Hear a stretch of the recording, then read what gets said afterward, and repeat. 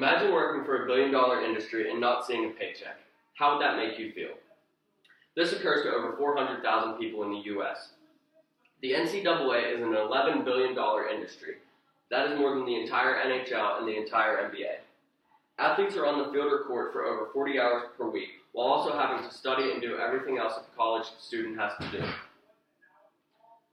One day, this could be your child, and I'm sure that you will not be wanting to hand him or her money every week. Hi, my name is Dennis O'Brien, and I'd like to talk to you first about why college athletes should be paid, second, how you can help this cause, and finally, how these student athletes can benefit from being paid. I believe all student athletes across the U.S. should be paid. Paying student athletes has not been socially acceptable in the NCAA since it was founded in 1905 by President Roosevelt. Many costs are covered for these athletes, such as tuition and meal plans, but there are also costs that are not covered. When these players are at practice and in class all day long and have to be up late at night studying and getting ready for the next day, places on campus are closed. They need money for food. Also, going to banquets and fundraisers, these players might not come from a privileged background. Their parents can't just hand them money. These players may not own a suit. They have to go out and buy or rent one. These athletes work their butts off year-round and see no compensation for it, while the university and coaches both make millions. Student athletes do more for universities than you think.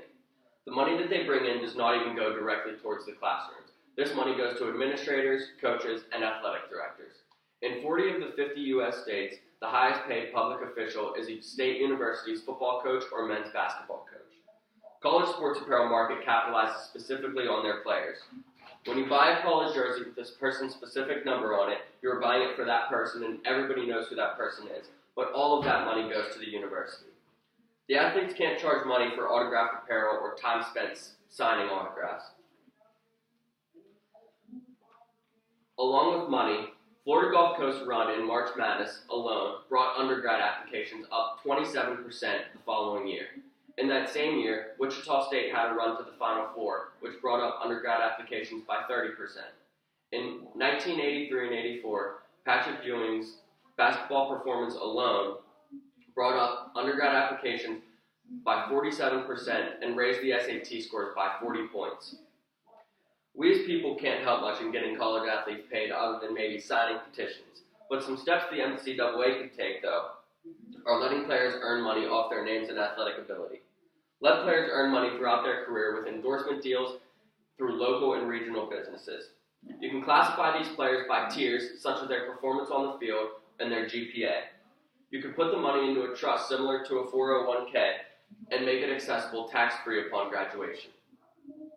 The trust can be managed by financial partners who are already involved in the NCAA and have great relationships with them. Players can choose if they want to go ultra-conservative and make it a retirement plan, or more risky and take advantage of a strong economy. Which leads to my final point. This can be great personal finance lessons for these players in the future. There's a large number of professional athletes who quickly lose their money because they don't know how to manage it. Paying college athletes would teach them how to manage their money at a younger age. These skills will carry with them in any profession, not just if they go professional. As I stated earlier, most of these players don't come from privileged backgrounds, so paying them could also help them in supporting their own families.